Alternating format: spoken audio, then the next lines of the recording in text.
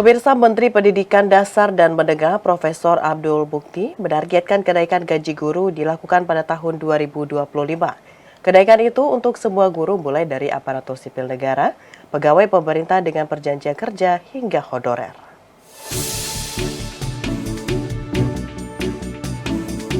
Pemerintah berkomitmen untuk meningkatkan mutu pendidikan di Indonesia, salah satunya yakni melalui kesejahteraan tenaga pendidik, guru ASN, dan honorer. Menteri Pendidikan Dasar dan Menengah Abdul Mukti mengungkapkan peningkatan kesejahteraan guru menjadi salah satu program pemerintahan Prabowo Subianto. Menurutnya, kesejahteraan guru juga menjadi perhatian khusus, mengingat guru sebagai ujung tombak dalam mewujudkan proses pendidikan lebih baik dan lebih bermutu. Skema yang sekarang kita ajukan untuk 2025 itu untuk guru yang sudah berstatus ASN, ya, terutama yang sudah tersertifikasi, baik guru PNS maupun guru P3K dan juga guru-guru honorer. Tapi jumlahnya, maksud saya jumlah gurunya sekarang masih kita data kembali karena memang sangat banyak yang harus kita update, sehingga nanti mudah-mudahan setelah datanya bisa kita update secara akurat dan kemudian kita ajukan kepada Menteri Keuangan. Mudah-mudahan pada dalam waktu tidak terlalu lama, mudah-mudahan pada tahun 2025 sudah bisa terrealisasi kenaikan gaji. Mukti menambahkan bahwa nominal kenaikan gaji tidak akan sama antara satu guru dengan yang lain. Besaran nominal kenaikan gaji guru yang wacananya adalah 2 juta rupiah juga masih dalam proses diskusi dan penghitungan. Hal itu dimaksudkan agar kenaikan gaji guru menjadi kebijakan yang tepat sasaran untuk menghindari potensi terjadinya konflik di kemudian hari. Kita hitung, itu sedang kita hitung, karena nanti nominalnya tidak sama. Nominalnya tidak sama, sehingga kita harus hitung betul. Jangan sampai mereka yang berhak tidak menerima, tapi yang kemudian mereka ini tidak berhak malah menerima. Jadi jangan sampai yang berhak tidak menerima, yang tidak berhak malah menerima. Ini kan sangat bergantung dari akurasi datanya. Kementerian Pendayagunaan Aparatur Negara dan Reformasi Birokrasi memprioritaskan penyelesaian seleksi pegawai pemerintah dengan Perjanjian Kerja 2024. Program ini menjadi salah satu fokus kinerja Menteri Pendayagunaan Aparatur Negara dan Reformasi Birokrasi, Rini Widiantini, dalam upaya penyelesaian penataan tenaga non-ASN di instansi pemerintah.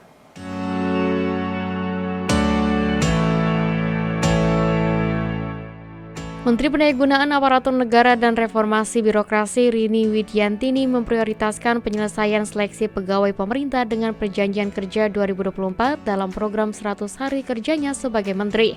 Hal itu ia masukkan dalam fokus program penataan non-aparatur sipil negara yang utamanya ada dalam database Badan Kepegawaian Negara dan telah disepakati sebelumnya oleh pemerintah dan DPR sebagaimana amanat Undang-Undang Nomor 20 Tahun 2023 tentang ASN.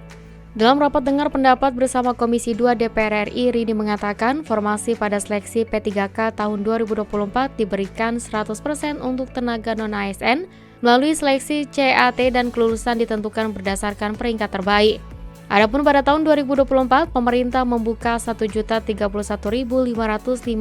formasi P3K 2024 yang diperuntukkan bagi seluruh tenaga honorer sebagai upaya penyelesaian penataan tenaga non-ASN di instansi pemerintah. Penataan ASN ini tentunya sebagaimana Undang-Undang Nomor 20 merupakan amanat daripada Undang-Undang Nomor 20 Tahun 2023. Kemudian untuk memenuhi P3K sesuai dengan kebutuhan instansinya. Kemudian juga untuk memperjelas status kepegawaian dari tenaga non-ASN. Kemudian ada pemetaan dan identifikasi tenaga non-ASN dan mendorong tenaga non-ASN untuk mendaftar dan mengikuti seleksi P3K untuk tahun 2024 serta dilakukan pengangkatan tenaga non-ASN tahun 2024. Selain program seleksi P3K, Menteri Rini juga menjelaskan terdapat beberapa program kerja lainnya yang sedang difokuskan Kemenpan RB. 2 diantaranya adalah pembentukan dan penataan organisasi Kementerian Kabinet Merah Putih dan pengisian jabatan ASN Kementerian Kabinet Merah Putih periode 2025-2029. Menteri Kelautan dan Perikanan Sakti Wahyu Trenggono mendukung arahan Presiden Prabowo Subianto terkait penggunaan mobil maung produksi PT Pindad sebagai mobil dinas menteri. Presiden Prabowo sebelumnya telah menginstruksikan jajaran Kabinet Merah Putih untuk menggunakan mobil maung PT Pindad sebagai kendaraan dinas kementerian.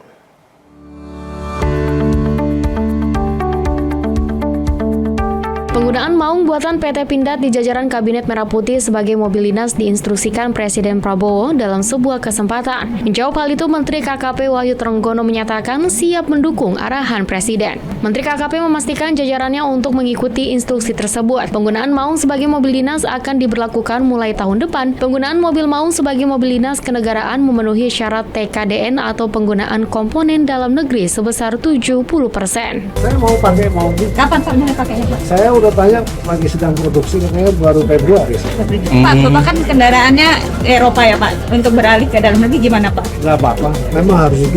Ada penurunan kenyamanan nggak Pak kira-kira? Nah.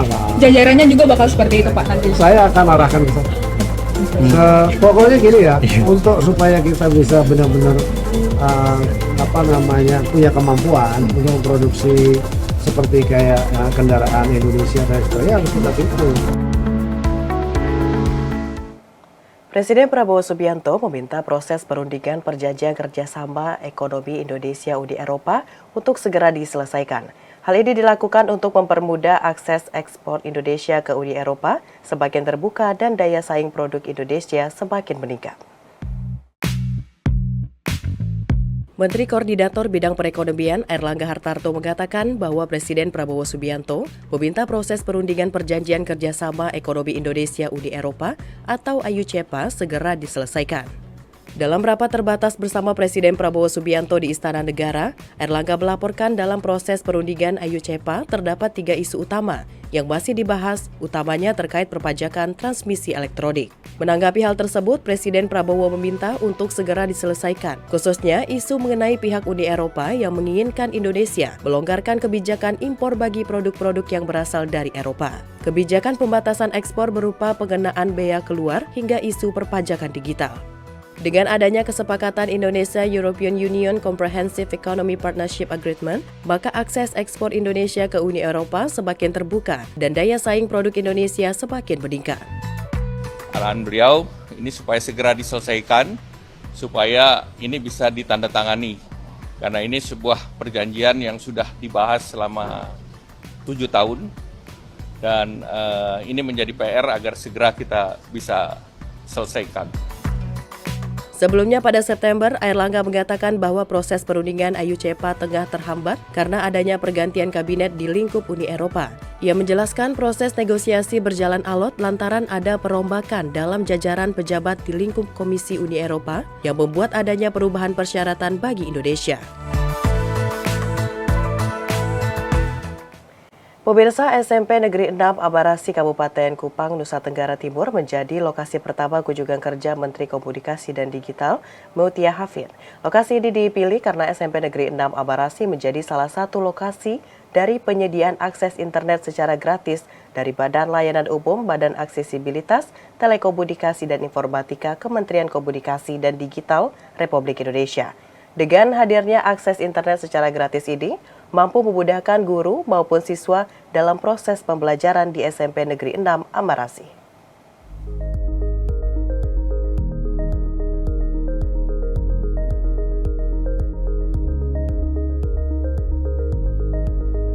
Pemirsa, saat ini saya sedang berada di salah satu lokasi dari penyediaan akses internet dari Badan Layanan Umum Bakti Kementerian Komunikasi dan Digital Republik Indonesia, yakni di SMP Negeri 6 Amarasi Kabupaten Kupang. Dan di tempat ini pemirsa, nantinya Menteri Komunikasi dan Digital Mutia Hafid akan berkunjung untuk meninjau bagaimana implementasi literasi digital dari penyediaan akses internet dari Bakti Komdigi ini. Dan kita akan ikuti bersama pemirsa kegiatan di hari ini, dan nanti kita akan berdialog bersama Kepala Sekolah SMP Negeri 6 Amarasi.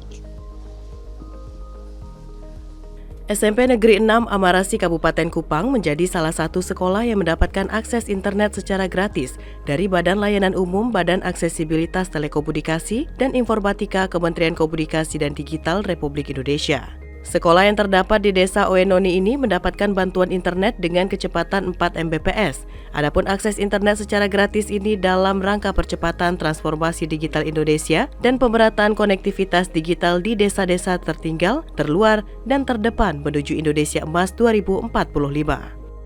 Akses internet yang diberikan sejak 1 bulan yang lalu mampu membawa perubahan besar terhadap sistem pembelajaran di SMP Negeri 6 Amarasi. Kepala Sekolah SMP Negeri 6 Amarasi, Hendrik Mau, mengatakan perubahan besar itu meliputi mudahnya para guru untuk mendapatkan materi tambahan melalui internet. Selain itu, juga dapat memudahkan siswa untuk mengikuti ANBK secara mandiri. Pasalnya, sebelumnya, SMP Negeri 6 Amarasi ketika ANBK selalu menggunakan sekolah lain.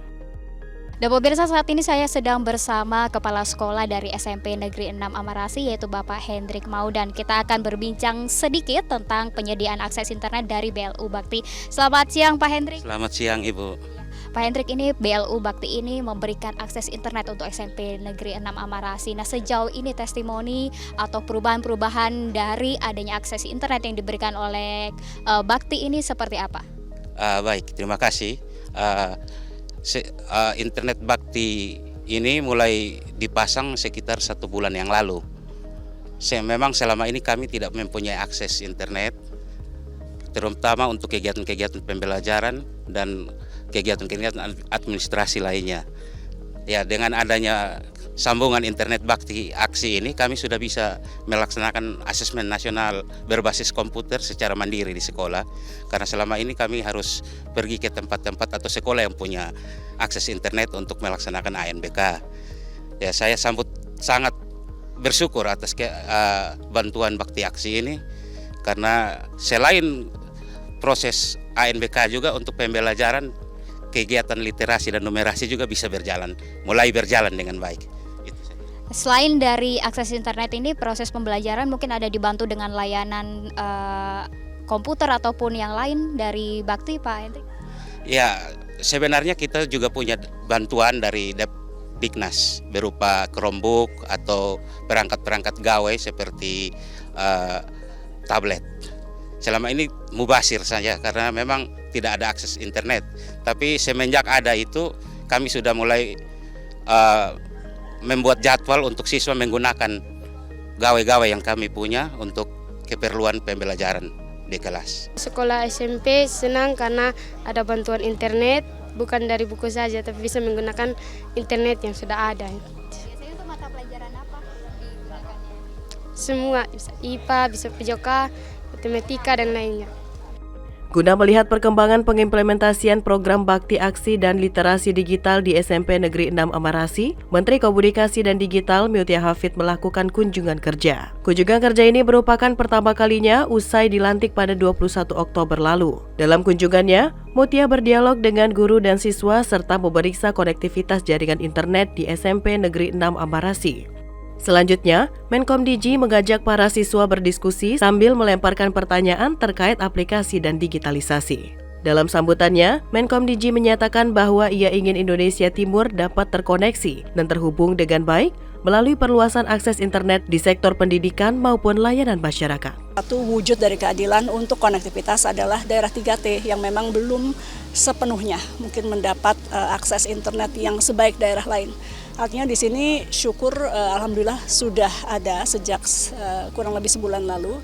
Namun demikian tentu kita masih bisa perbaiki kecepatannya dan lain-lain. Anak-anak di sini hari ini bisa ikut ujian secara online. Sebelumnya mereka harus menumpang satu titik dari titik lain, di sini bisa memakan waktu berjam-jam. Infrastruktur jalanan juga belum seperti di daerah di Pulau Jawa misalnya. Jadi justru di daerah-daerah ini konektivitas menjadi amat sangat dibutuhkan gitu.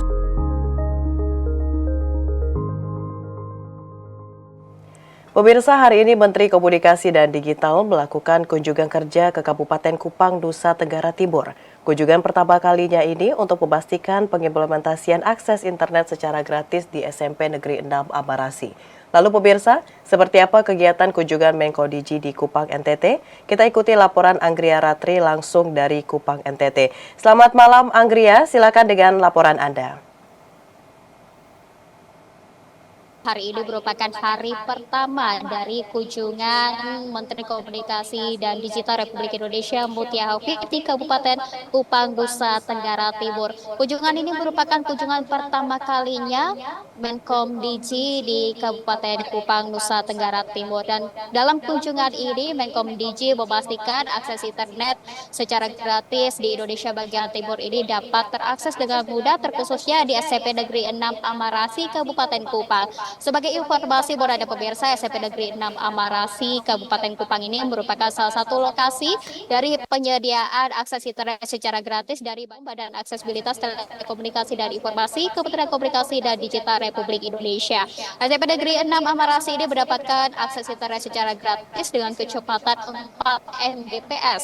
Tentunya dengan hadirnya akses internet secara gratis ini mampu membawa perubahan besar terhadap sistem pembelajaran di SMP Negeri 6 Amarasi, salah satunya yakni dengan memudahkan para guru untuk mendapatkan materi tambahan melalui internet dan juga memudahkan para siswa untuk mengikuti ANBK secara mandiri. Pasalnya sebelum mendapatkan akses internet secara gratis ini, para siswa mengikuti ANBK dengan menggunakan sekolah lain.